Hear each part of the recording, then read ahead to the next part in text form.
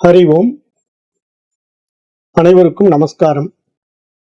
நாம் தற்போது பார்த்து கொண்டிருக்கின்ற வகுப்பு சாந்தோக்கிய உபனிஷதம்.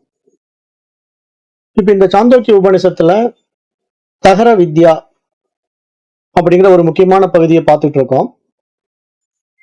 இப்ப இந்த தகர வித்யா ஒரு வகையா நம்ம நிறைவு செய்ய போறோம். இப்ப இதுல கடைசியா என்ன சொல்ல வராங்க ரிஷிகள் அப்படின்னு பாத்தீங்கன்னா, இப்ப இந்த இறை உலகம் அப்படிங்கிற ஒரு விஷயம் இருக்குன்னு சொன்னோம் இல்லையா? இறை உலகம் அப்படின்னா இறைவன் வாழுகின்ற இருப்பிடம் அப்படின்னு சொன்னோம். இப்போ அந்த இறைவன் வாழுகின்ற இருப்பிடம் எப்படிங்க அப்படின்னு நீங்க கேள்வி கேட்டபோது, எங்கேயோ கைலாய மலையில பார்வதியோட சிவபெருமான் இருப்பாரோ, அல்லது திருப்பார்கடலில மகாலட்சுமியோட பெருமாள் படுத்துக்கிட்டு இருப்பாரோ அப்படிங்கிற கற்பனைக்கெல்லாம் போயிடாதீங்க. இறை உலகம் என்பது அப்படி இல்லை. இறை உலகம் என்பது நம்முடைய மனம் அடைகின்ற அந்த உயர் பரிமாண அறிவு நிலை அப்படின்னு நீங்க சாஸ்திரம் சொல்லி, அந்த அறிவு நிலை என்பது நம்முடைய தலையில பிரம்மரந்திரத்திலே 10ஆம் வாசலிலே உச்சந்தலையில ஒரு ஆகாசமாக இருக்கு. அதுக்கு பேர் தகர ஆகாசம். அதுதான் இறை உலகம் அப்படின்ட்டு இங்க சாஸ்திரம் இந்த தகர ஆகாச வித்யாவில விளக்கம் கொடுத்தது. அப்ப அப்படிப்பட்ட இறை உலகத்தை நம்ம அடையிறதுக்கான வழி என்ன அப்படின்னு கேட்கும்போது, பிரம்மச்சரியம் தான் அந்த இறை உலகத்தை அடைவதற்கான வழி அப்படின்னு இந்த சாஸ்திரம் சொன்னது. அப்ப நம்ம உடனே கேட்டோம், எங்க பிரம்மச்சரியம்னா அப்ப எப்படிங்க கல்யாணமே பண்ணிக்காம இருக்கணுமா? ஏன்னா பிரம்மச்சாரின்னா கல்யாணம் பண்ணிக்காம இருக்கிறவங்க தானே பிரம்மச்சாரின்னு கேட்டதுக்கு, இல்ல இல்ல அப்படி போட்டு குழப்பிக்காதீங்க. பிரம்மச்சரியம் என்பது கல்வி கற்பதற்கான ஒரு காலம். அப்ப நீங்க சரியான தருணத்துல இந்த பாடங்களை படிச்சு இந்த வித்தை என்னங்கிறத தெரிஞ்சுக்கிட்டீங்க அப்படின்னா நீங்க பிரம்மச்சரியத்தை நிறைவு செய்தவர்களாக பார்க்கப்படுகிறீர்கள் அப்படின்னு இந்த சாஸ்திரம் நமக்கு விளக்கம் கொடுத்து, அப்ப நம்ம ஒவ்வொருத்தருமே அந்த பிரம்மச்சரிய வித்யாவை அந்த நிலையில பாடங்களை படித்து தெரிந்து கொள்ள வேண்டும் என்று சொன்னது.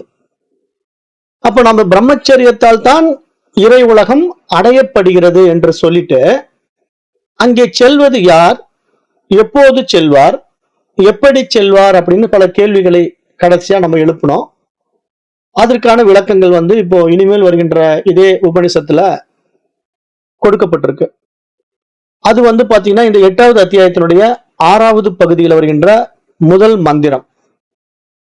அது என்ன சொல்லுது அப்படின்னா, அதயா ஏதா ஹிருதஸ்ய நாட்டியஸ்தாக பிங்களஸ்ய அனிம்னக திஷ்டந்தி சுக்லஸ்ய நீலஸ்ய பீதஸ்ய லோகிதஸ்ய இத்யசௌவா ஆதித்யஹ பிங்கள ஏச சுக்ல ஏச நீல ஏச பீத ஏச லோகிதஹா அப்படின்னு சொல்லிடுது. அப்ப என்னங்க இப்படி எல்லாம் சொல்லுது, என்ன புரியலையே அப்படின்னு கேட்டீங்கன்னா விளக்கம் கொடுக்குது. நம்முடைய பௌதீக உடலாகிய இந்த மனித உடலுக்குள்ள ஒரு ஆகாசம் இருக்குது அப்படின்னு நம்ம பார்த்தோம். அதுக்கு பேர் தகர ஆகாசம் அப்படின்னு சொன்னோம். தகர ஆகாசம்னா என்ன? சிறிய ஆகாசம் அப்படின்னு பேர் வச்சிருக்கோம். அப்ப அந்த ஆகாசத்தை அடைவதற்கான புரிதலுக்கான ஒரு கருவிதான் இந்த உடலும் மனசும் அப்படிங்கிறதையும் நம்ம பார்த்தோம். அப்ப அப்படி இருக்கிற இந்த உடம்புக்குள்ள அந்த ஹிருதயம் அப்படிங்கிற ஒரு பகுதிக்குள்ள இருக்கக்கூடிய ஆகாசத்தை அடைவதற்கான இன்னொரு முக்கிய பகுதி இருக்கு. அது என்ன அப்படின்னா, நம்முடைய பௌதீக இதயம் பக்கத்தில் இருக்கக்கூடிய ஒரு பகுதி. இங்க பௌதீக இதயம் அப்படிங்கிறது எங்க இருக்கு? ஒரு நெஞ்சு குழி இருக்கு இல்லையா? அந்த நெஞ்சு குழி கிட்ட. இப்ப அந்த நெஞ்சு குழியில இருந்து என்ன ஆகுதுன்னா, சூட்சமான நாடிகள் ஒரு 101 நாடிகள் அங்கிருந்து கிளம்புது.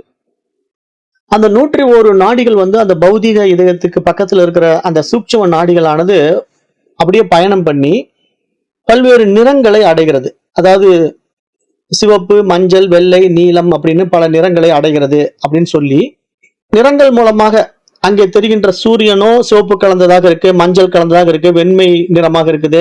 இப்படி எல்லாம் எப்படி சூரியன் இருக்கோ அது மாதிரி இங்கேயும் நம்ம இதயத்துக்குள்ள இருக்கிற அந்த நாடிகளிலிருந்து செல்கின்ற சூட்சம நாடியினுடைய நிறங்கள் இப்படி பலவாறாக இருக்கிறது.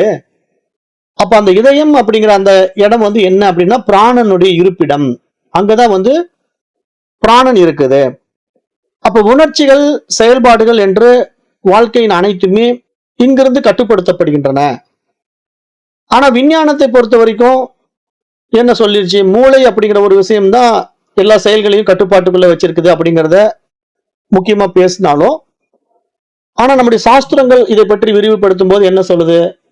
அந்த மூளைங்கிறது ஒரு ஹார்ட்வேர் தான். பட் கட்டளைகளுடைய பிறப்பிடமாக மூளை இருந்தாலும் அதற்கான ஒரு விஷயத்தை உள்வாங்கி அதை வழிநடத்துவதுங்கிறது நம்முடைய மனசு தான் அப்படின்னு சொல்லி நம்முடைய சனாதன தர்மத்துல வர்ற சாஸ்திரங்கள் வந்து மனதை பிரதானப்படுத்தி பேசுனது அப்படின்னு நம்ம கடந்த பாடங்கள்ல பார்த்தோம். அப்ப அந்த மனதை பிரதானப்படுத்தி பேசும்போது மனதின் அந்த உணர்ச்சி மையம் எங்க இருக்கு அப்படின்னு பார்த்தா அது நம்முடைய பௌதிக இதயத்துக்கு பக்கத்துல இருக்கு. அதுதான் அநாகத சக்கரம் என்று நம்ம சொல்றோம். அந்த இடத்துக்கு வந்து உணர்ச்சி மையம் என்று பெயர். அங்கதான் உணர்ச்சிகள் வெளிப்படுது. நமக்கு ஒரு துக்கம் வருது, ஒரு சந்தோஷம் வருது அப்படின்னா அந்த இடத்துலதான் அந்த உணர்ச்சி பிரவாகம் உண்டாகி நம்ம அந்த விஷயத்துல வந்து அபிமானம் வைக்கக்கூடிய இடமாகவும் அந்த இடம் தான் இருக்கு. அப்போ நம்ம ஏதாவது ஒரு விஷயத்துல பேசும்போது நம்ம என்ன சொல்றோம்? நான் அப்படின்னா டக்கு நம்ம நெஞ்சை தான் தொடுவோம். நான் அப்படின்னு சொல்லுவோம். நான் பேசுறேங்க அப்படின்னு நம்ம நெஞ்சை தொட்டு காட்டுவோம் இல்லையா? அப்ப நான் நான் அப்படிங்கிற ஒரு அடையாளம் எல்லாம் எதன் அடிப்படையில நம்ம மைண்ட் சிந்தனை பண்ணுது அப்படின்னா அந்த நெஞ்சு பகுதியை பிரதானமா வைத்து அந்த இதயத்தை மையமாக கொண்டு இங்கு நான் என்று சொல்லுகின்ற அந்த நிலை நமக்கு உணர்ச்சிகளுடைய அடிப்படையில உண்டாகுவதனால நம்ம இதயத்தில் கை வைத்து தான் பேசுகின்றோம் என்று நினைவு கூறத்தக்கது என்று நாம் இங்க பாக்குறோம்.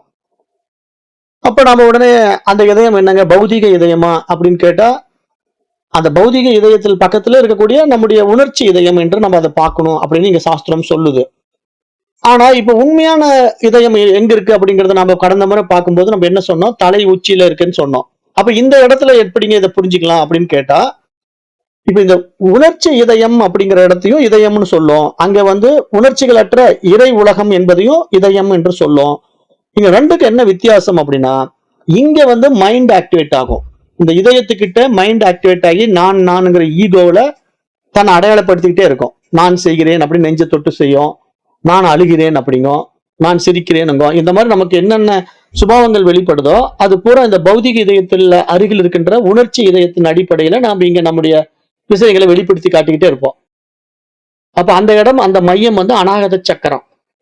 ஆனா இப்ப இந்த விஷயத்தை கடந்து நம்ம மேல ஏறுறோம். அநாகதத்துக்கு அப்புறம் விசுப்தி ஆக்னா அப்படின்னு நம்ம மேல போகும்போது அங்க இருக்கிற உண்மையான இதயம் வந்து இறைநிலை, இறை உலகம். அங்க வந்து நானுங்கிற அபிமானம் கிடையாது.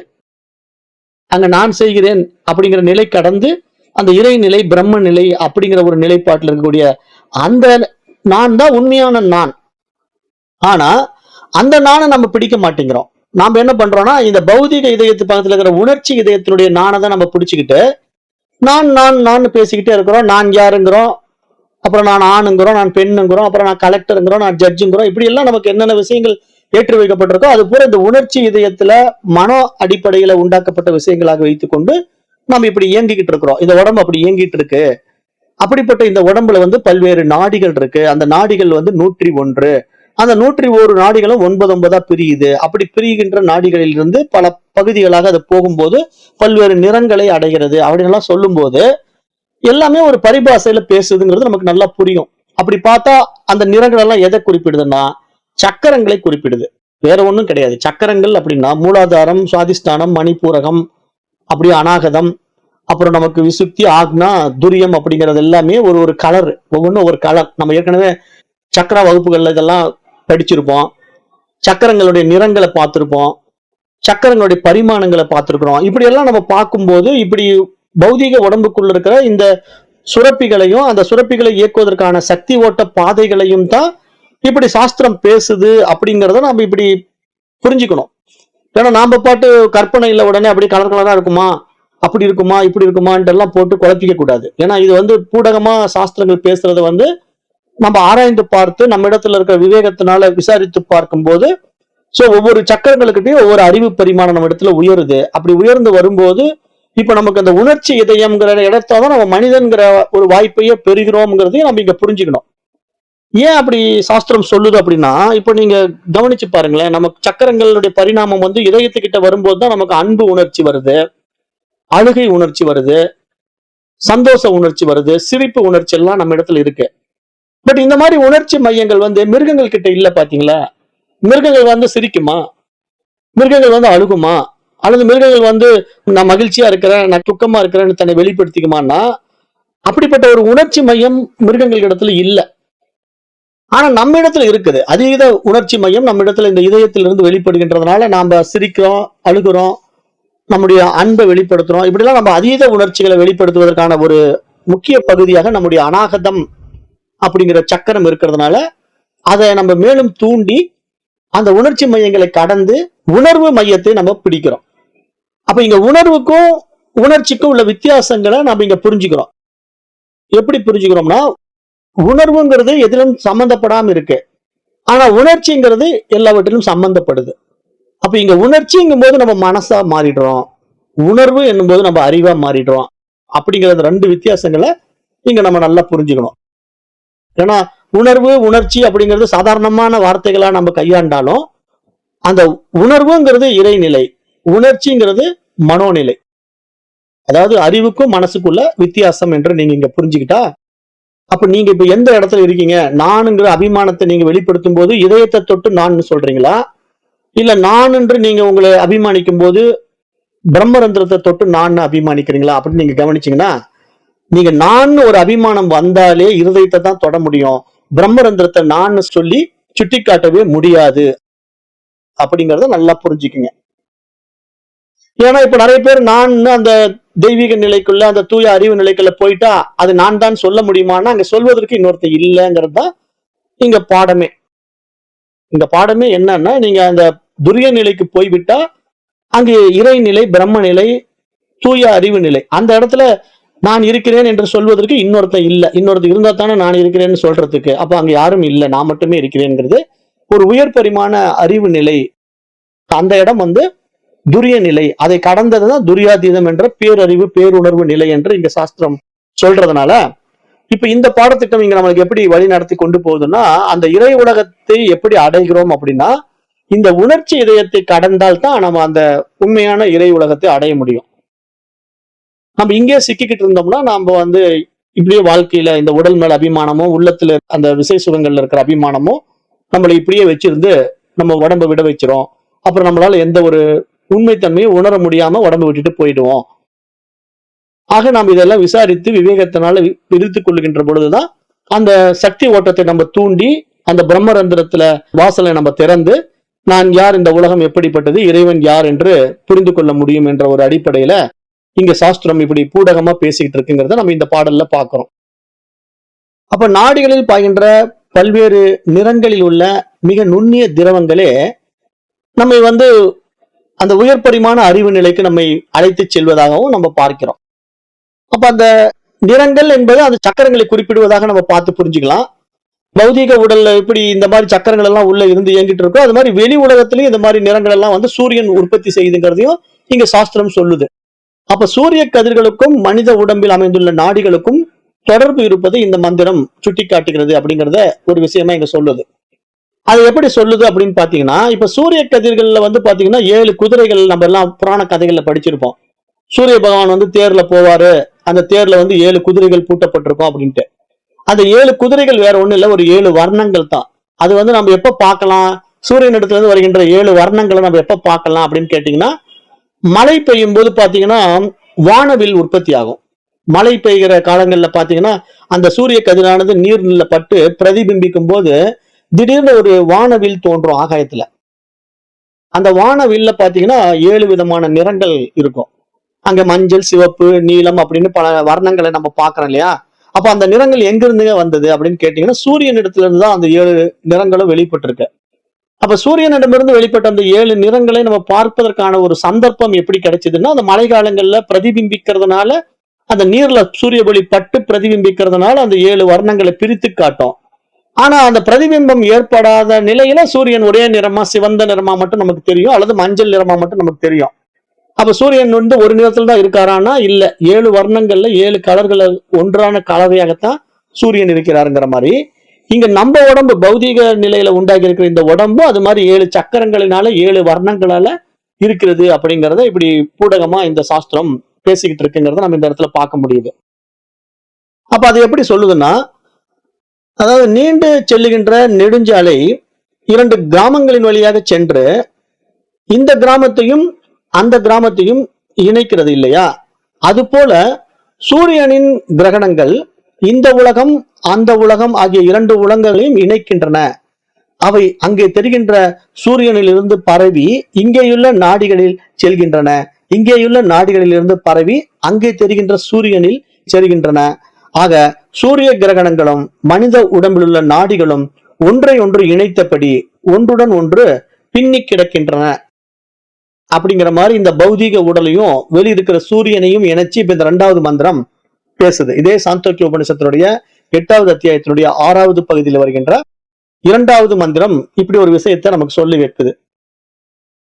இது எப்படிங்க சூரியனுக்கும் நமக்கு எப்படி தொடர்பு இருக்கு அப்படிங்கறத நம்ம ஆராய்ந்து பார்க்கும்போது, நான் ஏற்கனவே சொன்னேன், அதாவது சூரியன் இல்லைன்னா இங்க பூமியே இல்லை.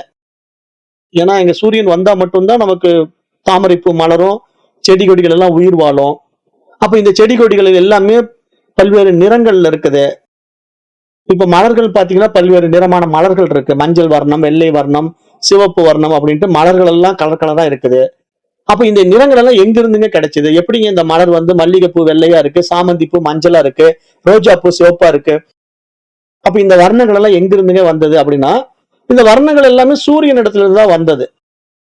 இந்த நிறங்கள் எல்லாமே சூரியனிடமிருந்து பெற்று அந்த மாற்றங்கள் நிகழ்ந்ததுனால இந்தந்த ரேஷியோவில் இப்படி எல்லாம் அந்த நிறங்கள் மிக்ஸ் ஆன ஒரு நிறம் வருதுங்கிறத நம்ம வந்து அறிவியல் ரீதியா பார்த்துருக்கிறோம்ல. அறிவியல் ரீதியா நம்ம என்ன பண்ணிருக்கோம்னா, ஒரு வர்ணத்தையும் இன்னொரு வர்ணத்தையும் மிக்ஸ் பண்ணீங்கன்னா வேறு ஒரு வர்ணம் வரும், வேறு ஒரு கலர் வரும்.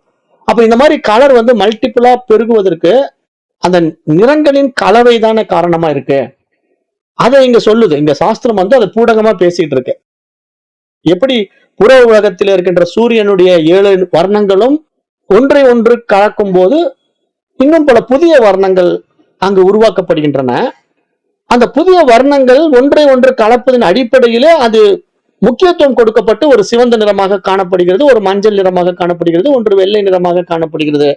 அப்ப பல்வேறு நிறங்களுக்கு காரணமாய் அந்த சூரியனே இருக்கின்றது என்பது போலவே இங்கு நம்முடைய உடலுக்குள்ள இருக்கின்ற அந்த சக்கரங்களை தூண்டுகின்ற நிறங்களுக்கு காரணமாகவும் அதே சூரியன் தான் இருக்கிறது அப்படிங்கிற ஒரு விஷயத்தை இங்க சொல்லுதுங்கும் போது நீங்க எப்படி புரிஞ்சுக்கணும்னா, இப்ப இந்த பௌதீக உடம்பானது பஞ்சபூதங்களுடைய அடிப்படையில இயங்கிட்டு இருக்கிறதுனால இப்ப இந்த பூமியில் இருக்கக்கூடிய எப்படி காற்று, நீர், நெருப்பு எல்லா சக்தியும் பெற்றுக்கொண்டு இந்த மற்ற ஜீவராசிகள் எல்லாம் வாழ்கிறதோ, அதுபோல மனிதனாகிய நாமும் அப்படித்தான் வாழுகின்றோம். ஏன்னா இந்த மனித உடல் வந்து எப்படி தானா இருக்குதா? இல்ல இதுவும் பூமியை சார்ந்துதான் வாழும்.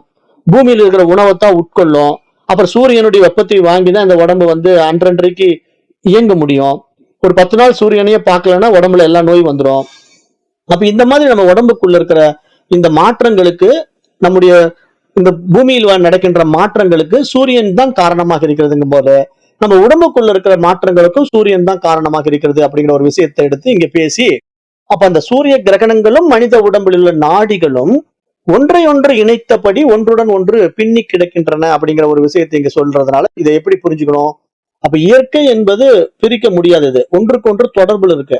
ஆனா அப்படிப்பட்ட இயற்கையே என்னிடத்தில் தான் இருக்குது அப்படிங்கிறத நம்ம இங்க புரிஞ்சுக்கிறதா இந்த பாடத்திட்டத்துடைய நோக்கமாகவும் இருக்குது அப்படிங்கிறத இந்த இடத்துல பாக்குறோம். அடுத்தது 3வது மந்திரம் இன்னும் கொஞ்சம் விரிவாக பேசுது. அது எப்படி சொல்லுதுன்னா, ஆழ்ந்து தூங்குபவனின் எல்லா புலன்களும் அமைதியுற்று விடுகின்றன. அவன் கனவும் காண்பதில்லை. அப்போது அவன் இந்த நாடிகளில் சென்று விடுகின்றான். அங்கே அவனை ஒரு பாவமும் தீண்டுவதில்லை. ஏனெனில் அவன் ஒளியால் நிறைக்கப்படுகின்றான். அப்ப விழிப்பு நிலைக்கும் ஆழ்ந்த உறக்கத்துக்கும் இடைநிலையாக ஒரு கனவு இருக்கிறது. அப்ப ஆழ்ந்த தூக்கத்திலே புலன்கள் அமைதியுற்று மனதில் ஒடுங்குகின்றன. மனமும் அந்த ஆகாசத்தில் ஒடுங்குகிறது. அப்ப அந்த ஆகாசம் எங்க இருக்கு? நம்முடைய தலையிலே பிரம்மரந்திரத்திலே இருக்கிறது. அப்ப அப்படிப்பட்ட மனமானது, அந்த ஜீவனானது நாடிகளில் ஒடுங்குகின்றான். அப்ப அந்த ஜீவனானவன் அந்த நாடிகளில் ஒடுங்குகின்றான். நாடிகளும் சூரிய கிரகணங்களும் ஒன்றை ஒன்று பின்னி கிடப்பதால் அந்த சூரிய ஒளியால் ஜீவன் நிறைக்கப்படுகின்றான். அவனை வினைப்பயன் எதுவும் தீண்டுவதில்லை. பாவத்தை போலவே புண்ணியமும் அவனை நெருங்குவதில்லை. உலகின் எந்த எண்ணங்களும் அவனை தொடுவதும் இல்லை அப்படின்ட்டு இந்த இடத்துல ஒரு விளக்கம் கொடுக்குது. பாத்தீங்களா? இப்ப இந்த மந்திரம் வந்து இப்படி அந்த தூக்க நிலையை வந்து இப்படி பேசுது, பூடகமா பேசிட்டு இருக்கு. அப்ப நம்ம இதை பற்றி நம்ம கடந்த வகுப்புல தெளிவான ஒரு விளக்கம் கொடுத்துருக்கோம். நம்முடைய அனுதின அனுபவங்கள்ல வந்து நமக்கு அவஸ்தாத்ரயம் என்ற 3 நிகழ்வு இருக்கு. அதுல நமக்கு விழிப்பு நிலை அனுபவம் இருக்கு, கனவு நிலை அனுபவம் இருக்கு, ஆழ்ந்த உறக்க நிலை அனுபவம் இருக்கு. அப்ப நமக்கு இங்க என்னன்னா விழிப்பு நிலையில மனசுதான் இந்த விவகாரங்கள் எல்லாம் ஈடுபட்டுக்கிட்டு இருக்கு. அப்புறம் இந்த மனசே வந்து தூங்க போகும்போது இந்த வெளி உலகத்தை விட்டுடுது. அப்புறம் இந்த மனசே தூங்கும்போது ஒரு கனவு உலகத்தை படைச்சுக்குது. அந்த கனவு உலகத்திலயும் இதுக்கு விருப்பமான விஷயங்கள் எல்லாம் கொண்டு வந்து அனுபவிச்சுக்கிட்டு இருக்கு. அப்படி அனுபவிக்கும் போது அதுல வருகின்ற சுக துக்கங்கள்னால இந்த மனசு பாதிக்கப்படுது.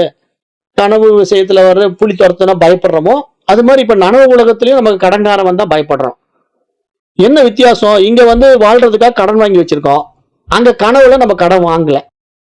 அப்ப இங்க வித்தியாசம் என்னன்னா, அங்க வேற மாதிரி ஒரு பயம், இங்க வேற மாதிரி ஒரு பயம். அப்ப மொத்தத்துல பயம் இருக்கு நம்ம வாழ்க்கையில வாழ்றதுல. அப்ப எதனால இந்த பயம் வந்ததுன்னா, இந்த உடம்பையும் மனசையும் தக்க வச்சுக்கிறதுக்காக நம்ம எடுக்கின்ற முயற்சிகள்னால இப்படிப்பட்ட விளைவுகள் எல்லாம் இங்க வந்துகிட்டு இருக்கு. அப்ப இந்த இடம் வந்து நனவு நிலையும் வந்து ஒரு விதமான பய உணர்வை கொடுக்குது, ஒரு துக்கத்தை கொடுக்குது, ஒரு சந்தோஷத்தை கொடுக்குது. இதெல்லாம் நம்ம அனுபவத்துல பார்த்துக்கிட்டு தான் இருக்கிறோம் நம்ம நனவு வாழ்க்கையில. கனவு வாழ்க்கை அப்படிதான் நமக்கு ஒரு சந்தோஷத்தை கொடுக்குது, ஒரு துக்கத்தை கொடுக்குது, ஒரு பயத்தை கொடுக்குது, பார்த்துட்டு தான் இருக்கோம். ஆனா இந்த ஆழ்ந்த உறக்கம் மட்டும் பாருங்களேன், எந்த அனுபவங்களுமே இல்ல. அப்ப என்னங்க காரணம் அந்த ஆழ்ந்த உறக்கத்துல அப்படின்னு கேட்டீங்கன்னா, அங்க மனசு ஒடுங்கிறது தான் காரணம், வேற ஒண்ணுமே கிடையாது.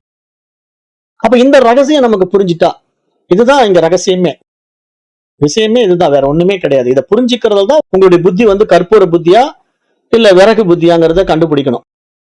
அதாவது விறகு புத்தின்னா ஒரு ஈர விறகு புத்தின்னு வச்சுங்களேன். அந்த ஈர விறகை நீங்க பத்த வைக்கணும்னா எத்தனை தடவை தீக்குச்சி கிழிச்சு கிழிச்சு வச்சாலும் பிடிக்கவே பிடிக்காது. சரி, நல்லா எரிஞ்சுக்கிட்டு இருக்கிற ஒரு தீபத்துல கொண்டு போய் நீங்க அந்த ஈர விறகு வச்சுக்கிட்டே நின்றுட்டு இருந்தாலும் 10 நிமிஷமா நின்னாலும் பத்தாது. ஆனா கற்பூரம் அப்படி இல்லை. நெருப்பு பக்கத்துல கொண்டு போனீங்கனாலே குப்புன்னு பிடிச்சு. அந்த புத்திசாலித்தனத்துக்கு ஒரு ஓமானம் இது. இந்த புத்திசாலித்தனத்துக்கு ஓமானம் எப்படின்னா, கற்பூர புத்தி ஈர விறகு புத்திங்கிற மாதிரி. இப்ப நாம இங்க புரிஞ்சுக்கிற விஷயம் இருக்குல்ல, அதை நம்ம மைண்ட் எப்படி அப்சர்வ் பண்ணுது, டக்குன்னு கேப்சர் பண்ணுதுங்கிறத வச்சு நம்முடைய புத்திசாலித்தனத்தை நம்ம இங்க இடம் போட்டுக்கலாங்கிறதுக்காக சொல்றது. அப்ப சொல்லும் போது இங்க என்ன சொல்லுதுன்னா, தூக்கத்துல மனசு வந்து ஒடுங்கும் போது உலகத்தை விட்டுடுது இல்லையா? அப்ப இந்த புற உலகத்தையும் விட்டுடுது, கனவு உலகத்தையும் விட்டுடுது, மனசே இல்லை. அதனால அங்க நமக்கு ஒரு ஆனந்தம் திகழுது. நல்லா தூங்கினுங்க, அருமையா தூங்கினேன், ஆனந்தமா இருந்தேன் அப்படின்னு நம்ம சொல்ல முடியுது. அதை நாம விரும்பவும் செய்யறோம். ஏன்னா நமக்கு விவகாரத்தை விட அதான் பிடிச்சிருக்குது. இந்த விவகாரத்துக்குள்ள நம்ம தினசரி ஏதோ சந்தோஷமா இருக்குன்னு நினைச்சாலும் ஒரு குறிப்பிட்ட லெவலுக்கு மேல போனா அந்த சந்தோஷமே நமக்கு சங்கடத்தை கொடுக்குதா இல்லையா? இப்ப நமக்கு வந்து கார்ல போறது பிடிச்சிருக்கு. ஆனா எனக்கு கார் பிடிச்சிருக்கு, கார்ல போறது பிடிச்சிருக்குங்கிறதுக்காக நீங்க கார்லயே போயிட்டு இருந்தா ஒரு சர்டன் ஸ்டேஜுக்கு மேல உங்களுக்கு என்ன ஆயிடுது? டயர்ட் ஆயிடுது இல்ல? அப்ப டயர்ட் ஆனவன்னு என்ன சொல்றீங்க? எப்படா இந்த காரை விட்டு இறங்குவோம், கொஞ்சம் ஓய்வு எடுப்போம், கட்டில போய் படுக்கலான் இருக்குது, ரிலாக்ஸ் பண்ணிக்கலாம் இருக்குன்னு நம்ம நினைக்கிறோம்.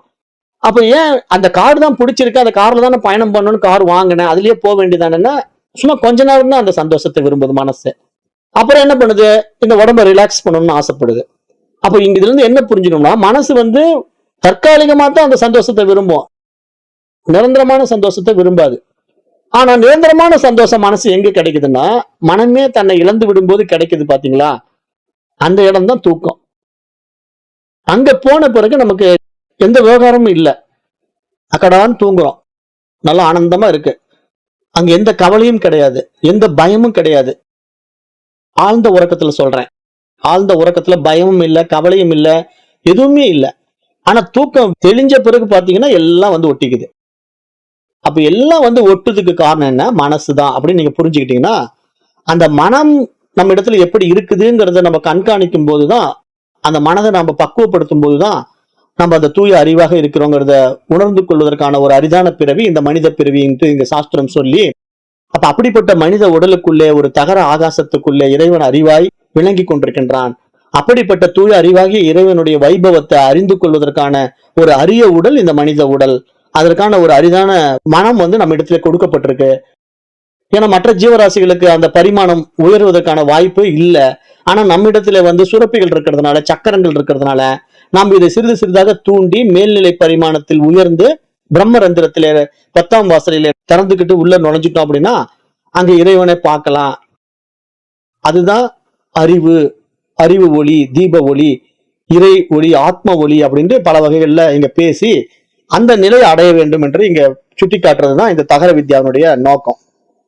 அப்ப பொதுவா மனிதன் வந்து மரணம் அடையணும் இல்லையா? மரணத்துல என்ன நடக்குதுன்னு சொல்லும் போது இங்க சொல்லுது, மரண வேளையிலே உடல் தளர்ந்து பலவீனமான நிலையை அடையும் போது அவனது உற்றார் உறவினர்களும் அவனை சுற்றி அமர்ந்து கொண்டு அவனிடம் என்னை தெரிகிறதா என்னை தெரிகிறதா என்று கேட்பார்கள். அவன் எதுவரை உடம்பிலிருந்து வெளியேறவில்லையோ அதுவரை அவர்களை அறிகின்றான் அப்படின்னு இந்த இடத்துல மரண வேலையில மனிதனுடைய மனம் எதையெல்லாம் பற்றுகிறது அப்படின்ற ஒரு அடிப்படையில சுட்டி காட்டும் போது அந்த மரண தருவாயில் கூட மனசு வேலை செஞ்சுட்டு இருந்தா உறவுகள் தெரிஞ்சுக்கிட்டு தான் இருக்கும் அப்படிங்கறது இங்க சொல்லுது. அப்ப மரணத்துக்கு பிறகு என்ன நடக்குது அப்படிங்கிற அடுத்த 5, 6, 2 மந்திரம் பேசுது. அது என்ன சொல்லுது அப்படிங்கிறத பார்க்கும்போது, இந்த உடம்புல இருந்து வெளியேறுகின்ற ஜீவன், அப்படி ஜீவன் அப்படின்னா இங்க மனசு, அந்த சூரிய கிரகணங்கள் வழியாக மேலே செல்கிறான். ஓம் என்று உச்சரித்தபடி அவன் வெளியேறி இருந்தால் அவன் நிச்சயமாக மேலே செல்கிறான். அல்லாதவன் மேலே செல்வதில்லை. மனம் ஒரு எண்ணத்திலிருந்து அடுத்த எண்ணத்துக்கு தாவுகின்ற நேரத்திற்குள் அவன் சூரியனை அடைகிறான். சூரியனே இறையுலகின் வாசல். ஓம்கார மந்திரத்தை அறிந்து தியானித்தவர்கள் இந்த வாசலில் அனுமதிக்கப்படுகிறார்கள், அல்லாதவர்கள் மறுக்கப்படுகிறார்கள் என்று இந்த இடத்துல இந்த 5வது மந்திரம் இந்த மரண தருவாயில உயிர் பிரிந்து விட்டதுன்னு நம்ம சொல்றோம்ல, ஜீவன் பிரிந்து விட்டதுன்னு சொல்றோம் இல்லையா? அப்ப அந்த ஜீவன் பிரிந்து விட்ட பிறகு அந்த ஜீவன் செல்லுகின்ற பயண பாதை அப்படிங்கிறத சூரிய கதிர்கள் வழியாக இப்படி பயணிக்குதுங்கிற மாதிரி இந்த இடத்துல இந்த உபனிஷத் சொல்லுது. இப்ப இதை நம்ம மேலோட்டமா கேட்கும் போது நம்ம அப்படிதான் நினைச்சுக்கிட்டு இருக்கிறோம். ஏன்னா நான் இதெல்லாம் ஏற்கனவே விளக்கம் கொடுத்துருக்கிறேன். இந்த பாடங்கள்ல ஏற்கனவே உபனிஷத் வகுப்புகள் இதுக்கெல்லாம் தெளிவான விளக்கம் கொடுத்துருக்கிறேன். இருந்தாலும் சொல்றேன். இப்போ உயிர் வெளியேறுகின்ற அந்த பாதை சூரிய கதிர்கள் வழியாகத்தான் போகிறது. அப்படிங்கும் போதுதான் நம்ம இங்க என்ன பாயிண்ட் எடுத்துக்கிறோம்னா, உத்தராயணம் தட்சிணாயனம் அப்படிங்கிற 2 விஷயம் எடுத்துக்கிறோம். அப்ப இந்த உத்தராயணம் தட்சிணாயனம்ங்கிறது சூரியனுடைய பாதையில இந்த நேரத்துல செத்தா நம்ம சொர்க்கலோகத்துக்கு போவோம், இந்த நேரத்துல செத்தா சொர்க்கத்துக்கு போக மாட்டோம், அப்ப அதனால நம்ம இந்த நேரத்துல தான் சாகணும் அப்படிங்கிற விஷயங்கள் எல்லாம் நமக்கு உண்டாக்கப்பட்டிருக்கு இல்லையா? அது இந்த அடிப்படையில உண்டாக்கப்பட்டிருக்கு. ஆனா இது என்னங்கிறத நான் விளக்கம் தர்றதுக்கு முன்னாடி அடுத்த 6வது மந்திரம் என்ன சொல்லுதுன்னு பார்த்துடலாம். 6வது மந்திரம் என்ன சொல்லுதுன்னா, இதயத்தின் நாடிகள் 101, அவற்றில் ஒன்று உச்சந்தலையை பிளந்து செல்கிறது. அதன் வழியாக மேலே செல்பவன் மரணமற்ற நிலையை அடைகின்றான். மற்ற நாடிகளின் வழியாக வெளியேறுபவன் பல்வேறு கீழ் உலகங்களில் உழல்கின்றான் அப்படின்னு கடோபனிஷத் மந்திரம் சொன்னதையே இங்கேயும் இந்த மந்திரம் சுட்டி காட்டுது. இந்த சாந்தோக்கிய உபனிஷத்தும் இதே விஷயத்தை இங்க சொல்லுது. அப்ப இதயத்திலிருந்து 101 நாடிகள் புறப்படுகின்றன. இவற்றில் ஒன்று உச்சந்தலை வழியாக செல்கிறது. உச்சந்தலையில் உள்ள பிரம்மரந்திரம் என்ற துவாரத்தின் வழியாக ஒரு நாடி செல்கிறது. இதன் வழியாக உயிரை விடுபவன் மரணமற்ற நிலையை அடைகின்றான். மற்ற நாடிகளின் மீது 10 வாசல்களிலும் ஏதேனும் ஒன்றில் அவன் உடம்பை விட்டான் என்றால், அதாவது உயிர் வெளியேறினால் மீண்டும் அவனுக்கு பிறவி வாய்க்கிறது. அப்போ ஆசைகளற்ற யோகியால் மட்டுமே பிரம்மரந்திரத்தின் வழியாக உயிரை வெளியேற்ற முடியும் என்று இங்கு சாஸ்திரங்கள் கூற வருகின்றன என்று இந்த இடத்துல அத்தியாயம் நிறைவு பெறுகின்றது. இப்ப இது ஒரு அருமையான வித்தை, தகர வித்யா. இப்போ நமக்கு இப்படிதான் நம்ம முடிக்கிறோம். இப்ப தகர வித்யாவை நம்ம நிறைவு செய்துட்டோங்க. அப்ப நீங்க இந்த தகர வித்யாவில என்னங்க இது வரைக்கும் நம்ம தெரிஞ்சுக்கிட்டோம் அப்படின்னா, அதுதான் முக்கியமான சாப்டர். இப்ப நான் அதை இப்போ ஒரு 1/2 hour இருக்கு, ரொம்ப எளிமையா உங்களுக்கு புரிய வைக்கிறேன். அதாவது இப்போ தகர வித்யா அப்படின்னா, அந்த தகரம் என்றால் சிறியது. அப்போ சிறிய ஒரு ஆகாசம், அதைதான் தகர வித்யான்னு சொல்லுது. வித்யைனா கல்வி, அந்த சிறிய ஆகாசத்தை அறிந்து கொள்வதற்கான ஒரு கல்வி. இப்ப நாம இந்த தகர வித்யாவில என்ன படிச்சு புரிஞ்சுக்கிட்டோம் அப்படின்னா, இறைவனுடைய வைபவம் எப்படி இருக்கு அப்படின்னா, அவன் ஒரு உணர்வு மயமா இருக்கிறான், ஒரு பேருணர்வாளன், ஒரு பேரறிவாளன், ஒரு பிரக்ஞை என்று இறைவனுக்கு பெயர் இருக்கு. இறைவனுடைய உண்மையான பெயர் என்னன்னா பிரக்ஞை என்று பெயர். அதாவது பிரஜானம் பிரம்மா அப்படின்னு சாஸ்திரம் சொல்லுது. அப்ப அந்த பிரக்ஞைங்கிறது ஒரு அறிவு, ஒரு உணர்வு அப்படிங்கறத நம்ம புரிஞ்சுக்கும் போது, இப்ப அந்த அறிவுக்கு உணர்வுக்கு ஏதாவது உடல் இருக்கா அப்படின்னு கேட்டா, எப்படிங்க உடல் இருக்க முடியும்? அறிவுக்கு உணர்வுக்கு உடலே இல்லை. இப்ப எப்படி நம்ம புரிஞ்சுக்கலாம்னா, உணர்வுங்கிற ஒரு விஷயத்துல இப்ப அன்பு உணர்வு அப்படின்னு சொல்றோம், அல்லது தாய்மை உணர்வுன்னு சொல்றோம்னு வச்சுக்கலாமே, புரிகிற மாதிரி. இப்ப தாய்மை உணர்வை வெளிப்படுத்துங்க அப்படின்னு சொன்னா, உங்ககிட்ட இருக்கிற அன்பு உணர்வை காட்டுனா எப்படி காட்ட முடியும்? அது காட்டவே முடியாது. ஆனா அந்த உணர்வை வெளிப்படுத்துகின்ற விதத்துல நமக்குள்ள ஒரு மலர்ச்சி உண்டாகுது பாத்தீங்களா? ஒரு அன்பு, ஒரு அரவணைப்பு, ஒரு ஆனந்தமும் நமக்குள்ள மலருது பாத்தீங்களா? அந்த இடத்துலதான் நம்ம தாய்மை உணர்வை புரிஞ்சுக்க முடியுது, அன்பு உணர்வை புரிஞ்சுக்க முடியுது. அப்ப அந்த அன்பு உணர்வை விளக்க முடியாது, ஆனா வெளிப்படுத்த முடியும். அப்ப வெளிப்படுத்துகின்ற அந்த உணர்வுக்கு உருவம் கிடையாது இல்ல.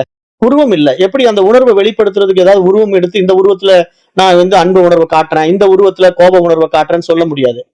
அது ஒரு உணர்ச்சி மையமாக பெருகி வந்து வெளிப்படும் போது கோபமா மாறினா அதனுடைய விளைவுகள் நமக்கு கெட்டதை பண்ணுது. அது அன்பா மாறினா அதனுடைய விளைவுகள் நமக்கு சந்தோஷத்தை கொடுக்குது. அப்படிதான் நமக்கு நிகழ்வு நடக்குது இல்ல, அனுபவங்கள் நடக்குது இல்லையா? அனுபவங்கள் எப்படி இருக்கும்னா சுக துக்கங்களா இருக்கு. ஒரு விஷயத்துல சுகம் கிடைக்குது, ஒரு விஷயத்துல துக்கம் கிடைக்குது. ஆனா சுகம் ஏன் கிடைக்குது, துக்கம் ஏன் கிடைக்குது அப்படின்னு நீங்க விசாரணை பண்ணி பாத்தீங்கன்னா, அந்த சுகம் கொடுக்கிற நிலையில உணர்வு வந்து ஒரு பாசிட்டிவா இருக்கு, அன்பா இருக்குது. ஆனா துக்கம் கொடுக்கிற நிகழ்வுல அந்த உணர்வு வந்து நெகட்டிவா இருக்கு, கோபமா இருக்கு. அப்ப இந்த இரண்டு வித்தியாசங்களை நிகழ்த்துகின்ற அந்த உணர்ச்சி மையம் உணர்வின் அடிப்படையில இயங்குவதனால அந்த இயக்கத்தை பார்த்துதான் நாம இது கோப உணர்வு, இது அன்பு உணர்வுன்னு சொல்ல முடியுமே தவிர அதை வெளிப்படுத்துவதற்கான விளக்கங்கள் வந்து உருவத்துல கொண்டு வரவே முடியாது இல்லையா? அப்படி உருவத்துல கொண்டு வர முடியாத நிலையில தான் இங்க எல்லாமே இருக்குது. இறைத்தன்மை அப்படிதான் இருக்கு. அதனாலதான் இறைவனை வந்து உணர்வுன்னு சொல்லுது, பிரஜானம் பிரம்மாங்குது. அப்ப அப்படிப்பட்ட இறைவன் வந்து தன்னை வெளிப்படாத நிலையில இருந்தா அவனுக்கு பேரு நிர்குண பிரம்மம். அவன் தன்னை வெளிப்படுத்திட்டானா அதுக்கு பேரு சர்க்குண பிரம்மம். அப்ப இப்படி சர்க்குண பிரம்மமா வெளிப்படும் போது நீங்க எப்படி நினைக்கிறீங்க அப்படின்னா, சாதாரண மனிதர்களுடைய மனோபாவம் எப்படின்னா, இப்ப இறைவன்னா ஒரு அன்பானவர் மட்டும்தானா, அப்ப அன்புதான் இறைவனா, அன்பே சிவமா அப்படிங்கிற நம்ம படிச்சுட்டு நம்ம அப்படி நினைச்சுக்கிறோம் இல்லையா? அப்படி பார்த்தா புராணங்கள்ல வந்து இறைவன் வந்து கோவப்பட்டு கொல்றாரு இல்ல. புராண கதைகள் எல்லாம் பாத்தீங்கன்னா அப்படியே கோவம் வந்து அம்பாள் வந்து காளியா மாறி கொல்றா. அப்புறம் சிவபெருமான் வந்து அப்படியே தன்னுடைய சூலாயத்தால குத்தி கொல்றாரு. முருகப்பெருமான் வந்து சூரபத்மனை அழிக்கிறாரு. இப்படி எல்லாம் நம்ம கதைகள்ல படிக்கிறோம், புராண கதைகள்ல. அப்ப நீங்க இதை படிக்கும் போது ஒரு கேள்வி எழுப்பணும் இல்ல? எப்படி கேள்வி எழுப்பணும்? ஏங்க கடவுளே அன்பே வடிவானவர்னு சொல்றீங்க, அது என்னங்க முருகப்பெருமான் போய் சூரபத்மனை கொல்றாரு, சிவபெருமான் வந்து இப்படி போய் தெய்வனை கொல்றாரு, அப்புறம் கிருஷ்ண பரமாத்மா வந்து நரகாசுரனை கொல்றாரு, அம்பாள் காளி வந்து இவனை கொல்றாரு. அப்ப இப்படி தேவதைகள் எல்லாம் பார்க்கும்போது நம்ம யாரெல்லாம் தெய்வீகமா வழிபடுறோமோ அவங்க எல்லாம் என்னங்க இப்படி இரக்கமே இல்லாம கொலை பண்றாங்க, ஆனா கடவுளுங்கிற ஒரு அன்பு இல்லவா அப்படின்னு நீங்க கேள்வி எழுப்பலாம்ல? ஏன் எழுப்ப மாட்டேங்கிறோம்னா நம்ம சிந்திக்கிறது கிடையாது, நம்ம வந்து சிந்தனை பண்றது இல்ல. அதனாலதான் அந்த விஷயத்தை அப்படியே பிடிச்சுக்கிறோம். இங்க விஷயம் என்ன சாஸ்திரம் சொல்ல வருதுன்னா, இங்க விவேகம் வேணும். அதாவது எதற்காக இதை செய்யறாங்க, எதற்காக இந்த மாதிரி வழிபாடுகளை கொண்டு வந்திருக்காங்க, கடவுளை ஏன் வந்து அன்பாவும் காட்டுறாங்க அராஜகமாவும் காட்டுறாங்க அப்படின்னு நீங்க விசாரணை பண்ணி பாத்தீங்கன்னா இங்கதான் பாயிண்ட் இருக்கு. அந்த சர்க்குண பிரம்மம் அப்படிங்கிற நிலையில உங்களுடைய உணர்ச்சி மையங்கள் தான் இங்க சர்க்குண பிரம்மம். நிர்குண பிரம்மம்ங்கிற நிலையில அந்த அறிவு மையம் தான் நிர்குண பிரம்மம். அப்ப இங்க இறைவன் வந்து அந்த உணர்வாய் பிரம்மமாய் பிரக்னையாய் இருக்கும்போது அவனுக்கு எந்த பிரச்சனையும் இல்லை. ஆனா அவன் வந்து மனம்ங்கிற ஒரு விஷயத்துக்குள்ள வெளிப்பட ஆரம்பிச்சுட்டான் அப்படின்னா அங்க உணர்ச்சி மையமா மாறும்போது அங்க அன்பு உணர்வு இருக்கும், கோப உணர்வு இருக்கும். அப்ப எல்லாமே இங்க மல்டிபிளா மிக்சிங் ஆகி இருக்கிறது தான் இந்த பிரபஞ்சம். அப்ப இந்த பிரபஞ்சம் அப்படிங்கிறது ஒரு ஆற்றல் மயம், ஒரு சக்தி மயம் அப்படிங்கிற இந்த ஒரு விஷயத்தை தான் நம்ம சர்க்குண பிரம்மம் என்று சொல்றோம். அப்ப இந்த சர்க்குண பிரம்மத்துல எல்லா குணங்களும் இருக்கும். அது நல்ல குணமும் இருக்கும், கெட்ட குணமும் இருக்கும், கோப குணமும் இருக்கும், அன்பு குணமும் இருக்கும். அப்ப இப்படி எல்லாம் மல்டிபிளா மிக்சிங் ஆகியிருந்தா அது இறைநிலை. அது எந்த இறைநிலை? சர்க்குண பிரம்ம நிலை. ஆனா எந்த குணங்களும் வெளிப்படாம இருந்தா அது எந்த நிலை? நிர்குண பிரம்ம நிலை.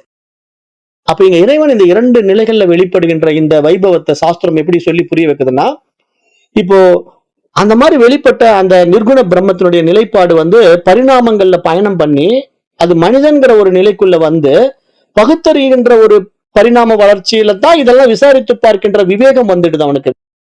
வேற ஜீவராசிகளுக்கு இந்த விசாரணை எல்லாம் தேவையில்லை. ஆனா மனிதனா இருக்கிற நாம தான் விசாரணை பண்ணி பார்க்கும் போது இங்க என்ன புரிய வருதுன்னா, நிர்குண பிரமமா இருக்கிற அந்த இறைநிலை தன்னை வெளிப்படுத்தி பார்ப்பதற்கான பரிணாம தோற்றங்கள்ல பல விஷயங்களை படைச்சு மனிதனை கொண்டு வந்து நிறுத்தும் போது அந்த மனிதனிடத்தில் இருக்கிற அந்த ஒரு சிறிய ஆகாசம், அதுதான் உயிர், அதுதான் உணர்வு, அதுதான் பிரக்ஞை என்ற நிலையில அது நல்லா பிரகாசிக்கிறதுக்கான ஒரு அருமையான கருவி தான் இந்த மனித உடல். எத்தனையோ உடல்களை டிராவல் பண்ணி இந்த மனித உடல்ல வந்து அருமையா பிரகாசிக்கும் போது நம்ம எல்லாமே அறிந்து கொள்ள முடியுது இல்லையா? அப்படி அறிந்து கொள்ளுகின்ற இந்த நிலையில தான் நமக்கு இந்த சக்கரங்கள் காட்டி கொடுக்கப்படுது. அப்புறம் அந்த 10ஆம் வாசல்ங்கிற பிரம்மரந்திரம் திறக்கப்படுது அப்படின்னு எல்லாம் சொல்லுது இல்ல, பூடகமான விஷயங்கள் எல்லாம் பேசுது இல்லையா? இதெல்லாம் என்ன அப்படின்னா, இப்ப நீங்க பிரம்மச்சரியத்தினாலதான் இறை உலகத்தை அடையடையும் இந்த சாஸ்திரம் தெளிவா தகர வித்யால சொல்லிடுச்சு. அப்ப பிரம்மச்சரியம்னா என்ன அப்படின்னு அடுத்த விஷயத்தை நம்ம கேட்கும்போது, இந்த அத்தியாத்ம ஞானத்தை கற்றுக்கொள்கின்ற கல்வி கற்கும் வயது, அதுதான் பிரம்மச்சரியம். அப்ப பிரம்மச்சரியம்னா நம்ம கல்வியை கற்றுக்கொண்டு அதனால் அடைகின்ற அந்த ஞானம் இருக்கு பாருங்க, அது தன்னை காட்டி கொடுக்கும், இறை உலகத்தை காட்டி கொடுக்கும். இப்ப இந்த மாதிரி பாடத்திட்டங்களுக்குள்ள பயணம் பண்ணி நான் யாருன்னு என்னை விசாரணை செய்து பார்க்கும்போது, அந்த நிர்குண வடிவாக இருக்கின்ற நானே தான் என்னை தெரிந்து கொள்வதற்காக சர்க்குண வடிவத்துல இந்த உலகத்தை உண்டு பண்ணி இதுல பல்வேறு பரிமாணங்கள்ல பயணம் பண்ணி மனிதன் என்ற நிலையில் நான் என்ன ஹார்ட்வேரையும் சாஃப்ட்வேரையும் அப்டேட் பண்ணி இப்ப நான் இதுல இருந்து என்னையே நான் பார்க்கின்ற வைபவத்துல தான் இப்படி எல்லாம் விளக்கம் கொடுத்துட்டே வரும்போது இப்ப நாம இங்கதான் அப்டேட் ஆகணும் அப்படின்ட்டு நான் கடந்த பாடங்கள்ல உங்களுக்கு தெளிவா அந்த மொபைல் போனை வச்சு கம்பாரிசன் சொன்னேன்.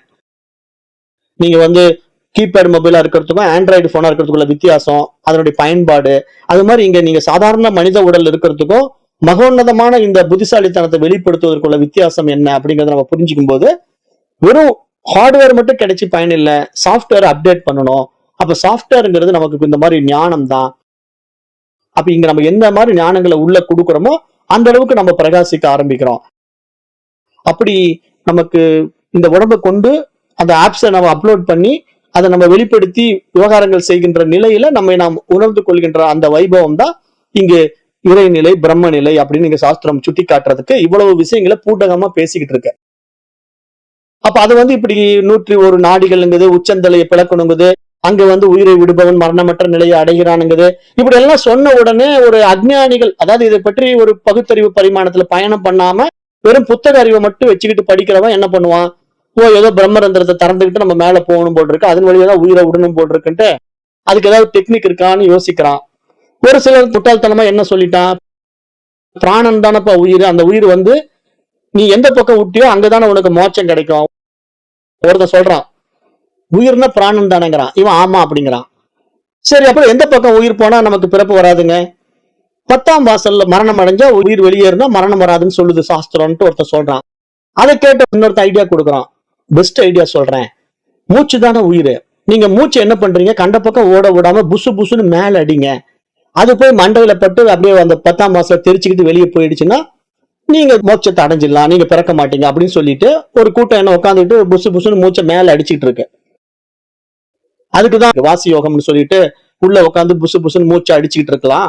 அந்த மூச்சை அடிச்சு அது என்ன பண்ணும், மேல போய் மண்டையில போய் தாக்கி 10ஆம் வாசல் திறந்து அது வழியா உயிர் வெளியேறின பிறகு அவன் பிறக்க மாட்டான்னு சொன்னா பிராக்டிக்கலா இது சாத்தியம் இல்லைங்கிறத நாம சயின்டிபிக்கலா ப்ரூவ் பண்ண முடியும். ஏன் அப்படின்னா, ஏன்னா மண்டை ஓடு என்ன சாதாரண பிளாஸ்டிக் சீட்டா இல்ல என்ன வேற எதுல செய்யப்பட்டிருக்கு.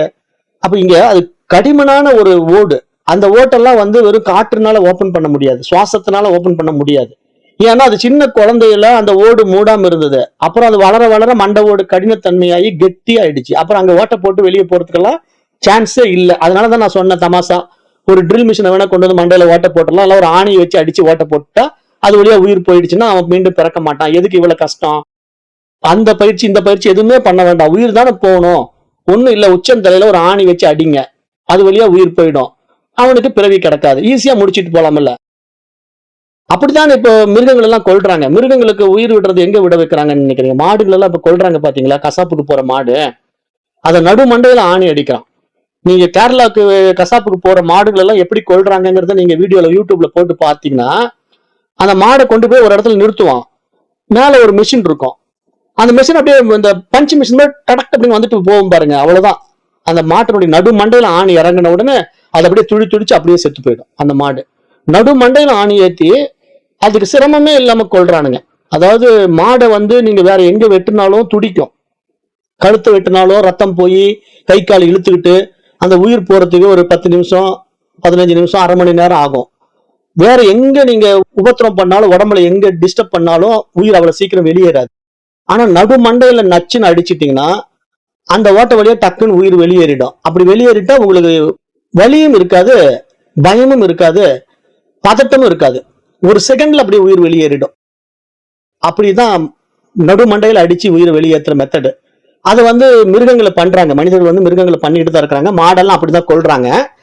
அதே மெத்தடை இப்ப நாமளும் செஞ்சு திறக்காம போயிடலாம்னு தமாசுக்கு சொல்றேன். ஏன்னா நான் புரிய வைக்கிறதுக்காக பேசிட்டு இருக்கேன். அப்ப மாடுக்கு வந்து அந்த மண்டையில அடிச்சு கொள்றான்னா மாடெல்லாம் மோட்சம் அடைஞ்சிருதா? அப்ப எல்லாம் மீண்டும் அது பிறக்காதா? 10ஆம் வாசல் வழியா தானே உயிர் விட்டுருக்கு, மண்டை ஓட்டு வழியா உயிர் விட்டுருச்சு, அப்ப அது இனிமேல் பிறக்காதானா? அப்படியெல்லாம் இல்லைங்க.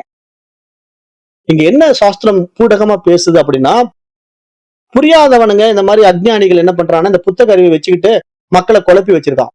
ஆனா இங்க சாஸ்திரம் என்ன சொல்லுதுன்னா, அந்த விவேகத்தினால விழித்துக் கொள்கின்றவன் தனக்குள்ள விசாரம் பண்ணி பார்க்கும்போது அவனுக்குள்ள இருந்து அந்த அறிவு பிரகாசிக்கும் போது இதை காட்டி கொடுக்கும். நான் உங்களுக்கு பலமுறை நான் என்ன சொல்லுவேன் அப்படின்னா, இந்த பாடத்திட்டங்கள் எல்லாம் வந்து நீங்க மேலோட்டமா படிச்சீங்கன்னா அதை பற்றி ஓரளவுக்கு உங்களுடைய அறிவுக்கு தகுந்த மாதிரி நீங்க புரிஞ்சுக்குவீங்க. இந்த திருக்குறளுக்கு விளக்க உரை வந்து மு வரதராசனார் எழுதியிருக்காரு, பரிமேல் அழகர் எழுதியிருக்கிறாரு, கலைஞர் மு கருணாநிதி எழுதியிருக்கிறாரு. திருக்குறளுக்கு விளக்க உரை ஆசிரியர்கள் நிறைய பேர் இருக்காங்க. ஆனா ஒவ்வொரு ஆசிரியர்களும் ஒவ்வொரு மாதிரி உரை எழுதுறாங்க. இப்ப நீங்க மு வரதராசனாருடைய உரை படிச்சீங்கன்னா ஒரு மாதிரி இருக்கும் அந்த குறளுக்கு.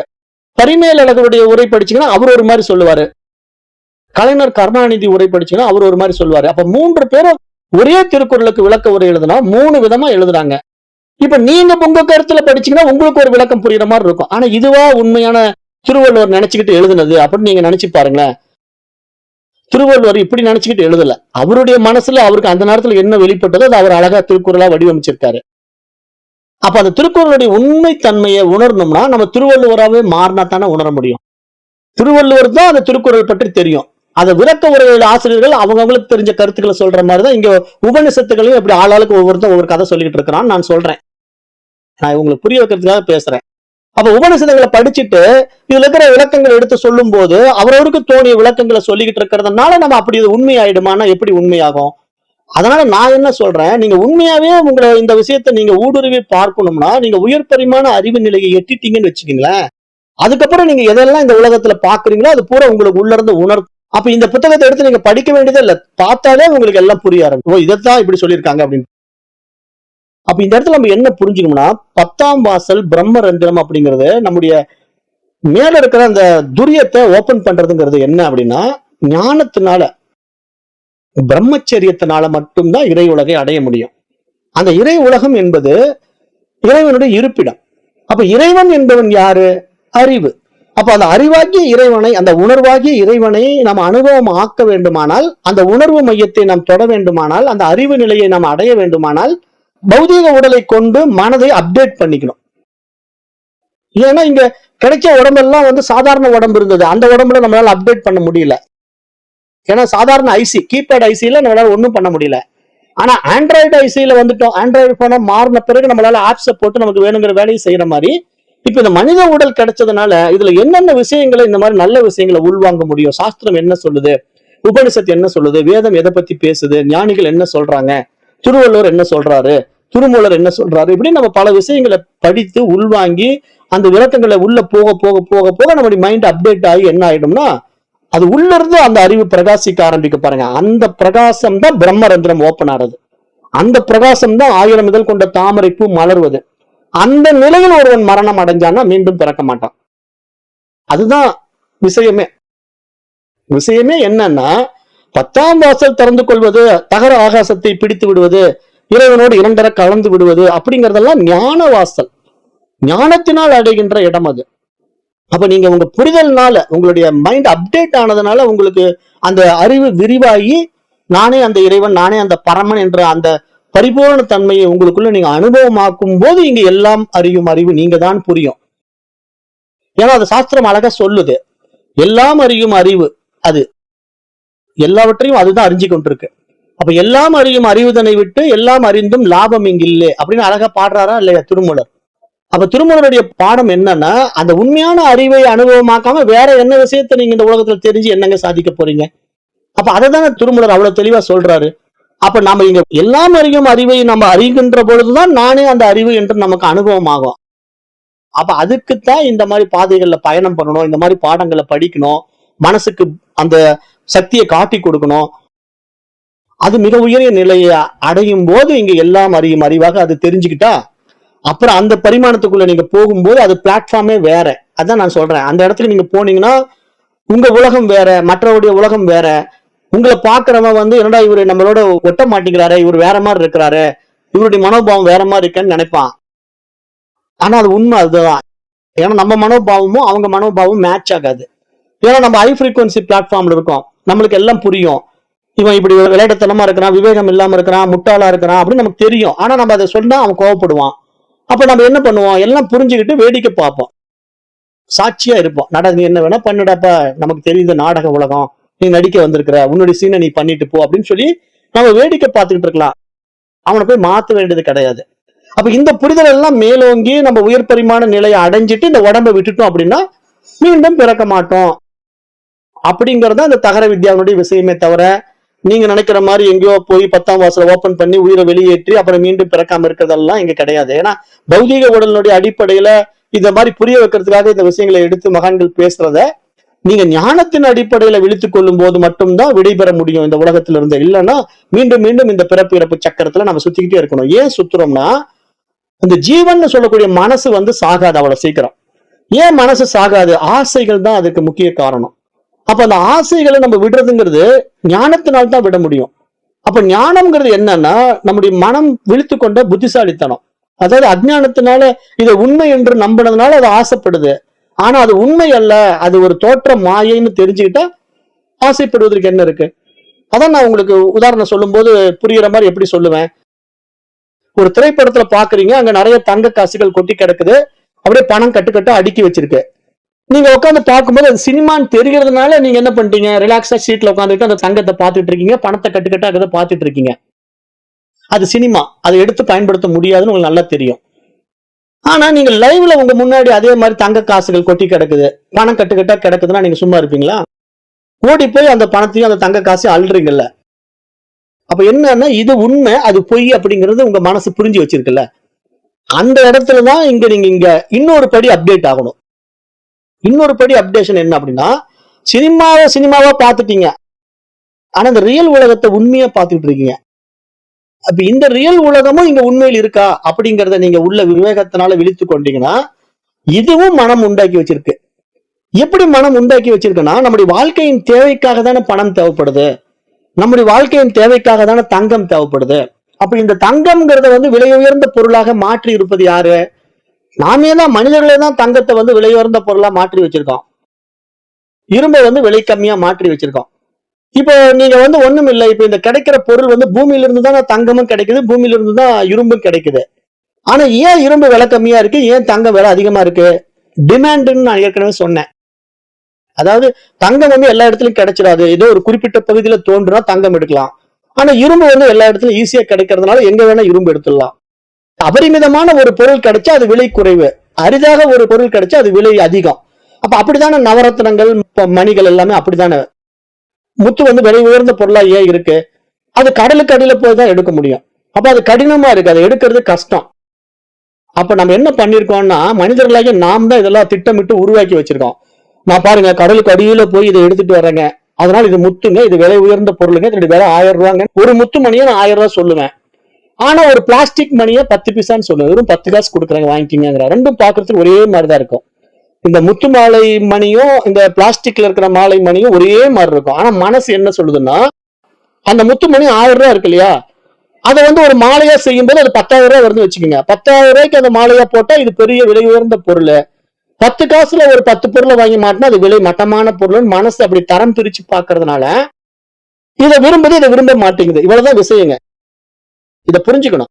அப்ப கோல்டுங்கிறது நமக்கு விலை உயர்ந்த பொருளா தெரியறதுனால மனசு அதுல ஈர்க்குது. தங்கம்ங்கிறது விலை உயர்ந்த பொருள், இரும்புங்கிறது மட்டமான பொருள் மனசு இப்படி தெரிஞ்சு வச்சிருக்கிறதுனால இந்த பிரச்சனை எல்லாம் வருது. அப்ப நீங்க இந்த மாதிரி பாதையில பயணம் பண்ணி ஞானத்துல வந்துட்டீங்கன்னா, புரிஞ்சு போச்சுன்னா, இப்ப இந்த ஏற்றத்தாழ்வுகள் உங்களை விட்டு நீங்கிடும். அதாவது உயர்வு தாழ்வு உங்களை விட்டு கரைஞ்சு போயிடும். அந்த நிலையில உங்களுக்கு ஆசைகள் இல்லாம போயிடும். இதுதான் point of view. Point of view என்ன அப்படின்னா, ஏன் ஆசைகள் இல்லாம போகுது தெரியுமா? நீங்களும் ஆசை விட முடியாது. இப்ப நீங்க தங்கம் எனக்கு வேண்டாங்கன்னு சொல்ல மாட்டீங்க, இரும்பு எனக்கு கொடுங்கன்னு கேட்க மாட்டீங்க. ஏன்னா உங்களுக்கு அதை பற்றி விசேஷத்தன்மையா உணர்ந்து வச்சிருக்கிறதுனால. ஞானம் வந்த பிறகு பாத்தீங்கன்னா உங்களுக்கு தங்கமும் இரும்பு ஒண்ணுதாங்க. இதுதான் ஞானிகள் நிலை. இதை கதையில அழகா சொல்லுவாங்க பாருங்க. ஒரு ஞானி உட்கார்ந்து இருப்பாரு, ஒருத்தர் அப்படியே தங்கம் வைரம் வைடூரியம் எல்லாம் கொண்டு அவர் முன்னாடி கொட்டுவாரு. அவர் அப்படியே அலட்சியமா பார்த்துட்டு இருப்பாரு. ஏன்னா அவருக்கு தங்கமும் இரும்பும் ஒண்ணுதான்.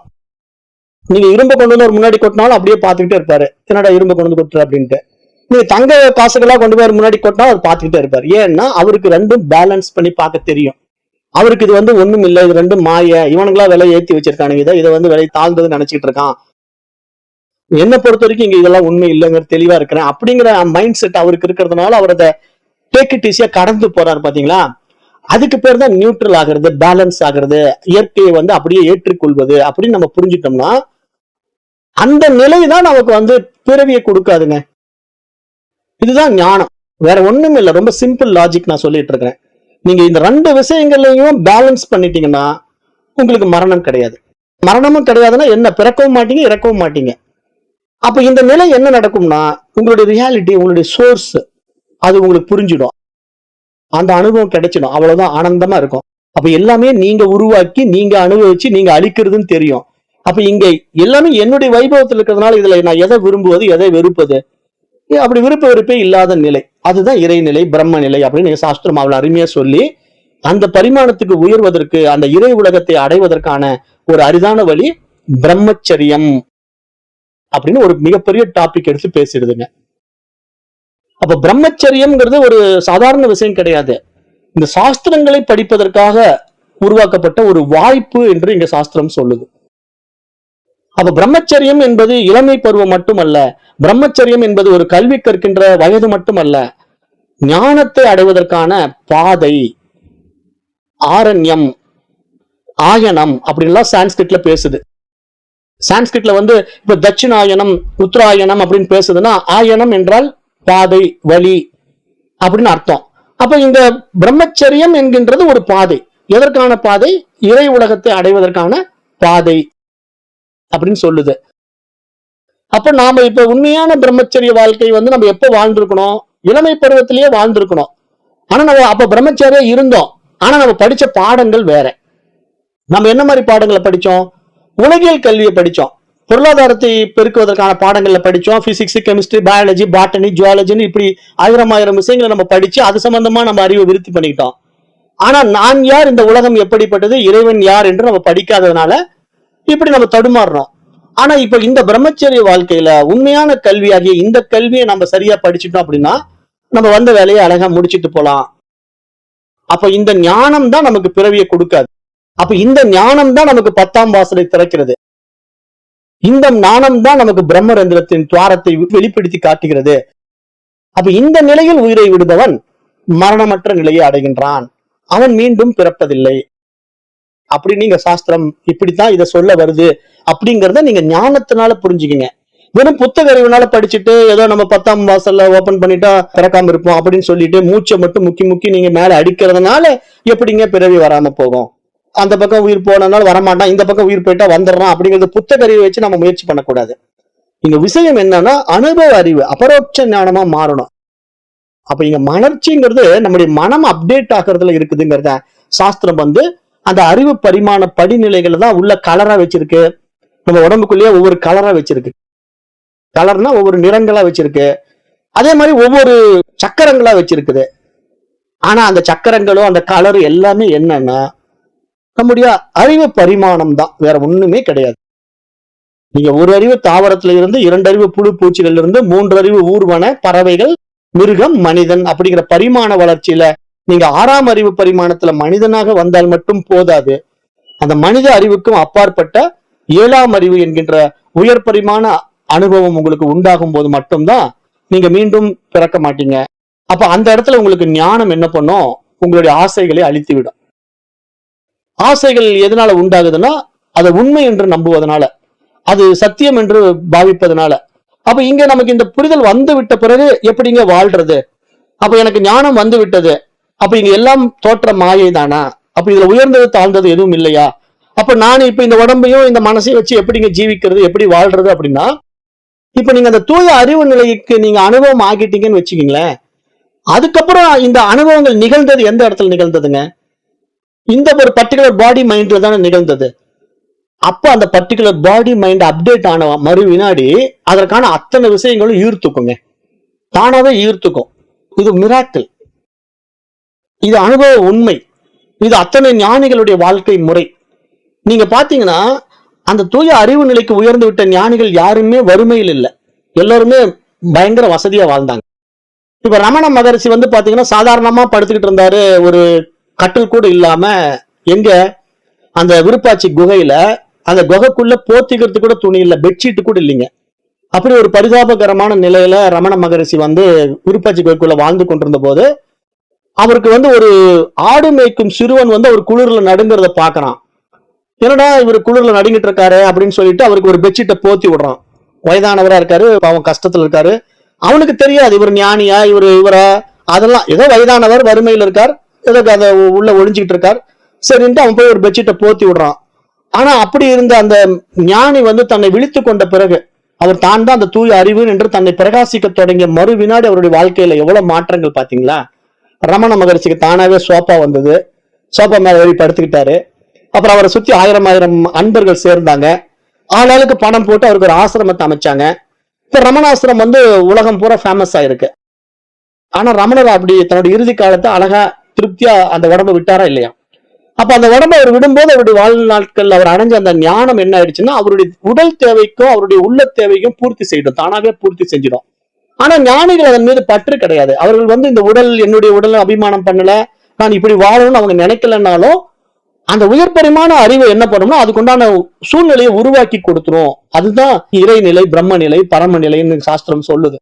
அப்ப நீங்க எல்லா மகன்களையும் பாருங்க, எல்லாருமே தன்னுடைய வாழ்நாளை வந்து லக்ஸரியஸா வாழ்ந்துதான் முடிப்பாங்க.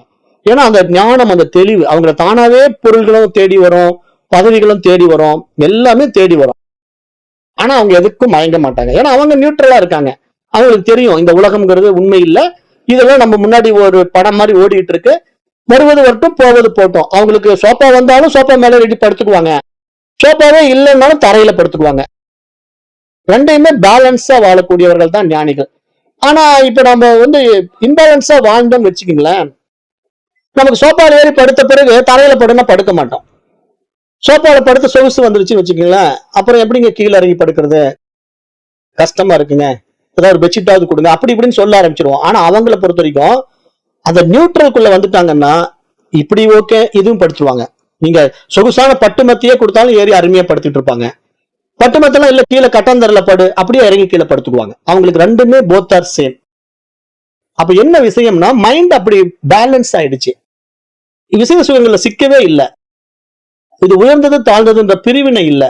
அந்த நிலை உயர் பரிமாண நிலை, அந்த நிலை தூய அறிவு நிலை, அந்த நிலை 10ஆம் வாசல் திறந்த நிலை, அந்த நிலை சகசிரகாரம் விரிந்த நிலை, அந்த நிலை தான் இங்க எல்லாம் உயர்ந்த நிலை, இறைநிலை, பரமானந்த நிலை அப்படின்னு சாஸ்திரம் பல வழிகள்ல பேசிக்கிட்டே இருக்கு. அந்த இடத்துல உங்களுக்கு எல்லாம் அறியும் அறிவாக அந்த இறை அறிவு அந்த உடம்பையும் மனசையும் கொண்டு இந்த வைபவத்தை ஆண்டுகிட்டு இருக்கு. அந்த நிலை அவங்களுக்கு மட்டும்தான் தெரியும். நான் தான் இந்த உலகத்துக்கே ராஜா அப்படின்ட்டு அவங்களுக்கு தெரியும். ஆனா மற்றவனுக்கு தெரியாது. அவன் வந்து மேல இருக்கிற ட்ரெஸ்ஸை பார்த்து இவர் தங்க ட்ரெஸ் போட்டிருந்தா ராஜா, இவர் சாதாரண ட்ரெஸ் போட்டிருக்காரு, இவர் சாதாரண ஆளுன்ட்டு. ஆனா அவங்க உள்ளத்தினால ராஜா. அதனாலதான் மகான்கள் எல்லாம் வந்து நம்ம வந்து ராஜா மாதிரி அவங்களுக்கு கிரீடம் எல்லாம் வச்சு பாராட்டுவோம், போட்டுருவோம்.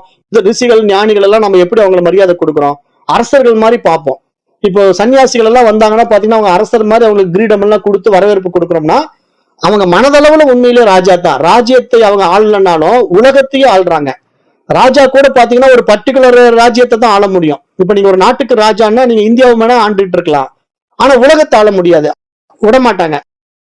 ஆனா நீங்க உள்ளத்தால் ராஜா ஆயிட்டீங்கன்னு வச்சுக்கீங்களேன், இந்த உலகமே உங்களுது. அப்ப உங்களுடைய ஆட்சியை யார் தடுக்க முடியும்?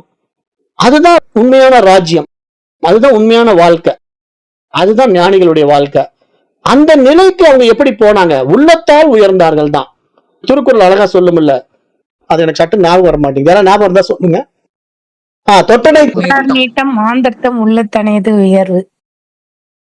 தொட்டனைத்தூர் மணற்கேணி. இப்படி பாருங்க, தொட்டனைத்தூர் மணற்கேணி அந்த குரல் வந்து எவ்வளவு அருமையான விஷயத்த சொல்லுது பாருங்க. சேத்துல இருக்கிறது தான் மலருது செந்தாமரை, அது வெளியே வந்து மலரும் போது எவ்வளவு அருமையா ரம்மியமா இருக்கு. அது மாதிரி இங்க உள்ளத்தால் நம்ம உயர்ந்துட்டோம்னு வச்சுக்கோங்களேன், அதனுடைய வாழ்க்கை நிலை என்பது மிகப்பெரிய ஒரு ராஜ்யத்தை ஆளுகின்ற ராஜாவுடைய வாழ்க்கை. அது அது இறை வாழ்க்கை, அது பிரம்ம வாழ்க்கை, அது பரமனே இந்த உலகத்தை உண்டாக்கி அனுபவித்து அழித்துக் கொண்டிருக்கிறான். அப்படிங்கிற நிலைகள் அவன் பரமன் ஆகின்றான். அவன் தான் உண்மையான ராஜா. ஏன்னா இந்த உலகத்துக்கே ராஜா ஈஸ்வரன் தான், இறைவன் தான். அப்ப அதுதான் நாம அடைய வேண்டிய இலக்கு. அதை தான் இங்க சொல்லுது. அப்ப இங்க நீங்க இந்த பாடம் இப்படிதான் புரிஞ்சுக்கணும். தப்பு தப்பா படிச்சுக்கிட்டு ஏதோ 10ஆம் வாசல் ஓபன் பண்ணி நான் மூச்சு அது வழியா விட்டு சாக போறேன் அப்படின்லாம் முயற்சி பண்ணீங்கன்னா சாவு வரும். ஆனா பிறப்பு மீண்டும் வந்துடும். ஏன்னா உடம்பு மாறிடும், அவ்வளவுதானே தவிர வேற ஒண்ணும் நடக்காது. ஆனா இந்த நிலையில நீங்க சாக மாட்டீங்கன்னா என்ன அர்த்தம்? என்றென்றும் இந்த உலகத்தால் நீங்க போற்றப்படுவீங்க, என்றென்றும் நீங்க இருந்துகிட்டே இருப்பீங்க. ஏன்னா நீங்க இந்த ஈஸ்வரனாவே இருக்கிறதுனால உங்களை ஆக்கவோ அழிக்கவோ முடியாதுங்கிறது தான் அதோட உண்மையான ரகசியம் என்று புரிந்து கொள்ளுங்க. அப்ப இங்க நீங்க சர்க்குண பிரம்மமாவும் இருக்கிறீங்க, நிர்குண பிரம்மமாவும் இருக்கிறீங்க.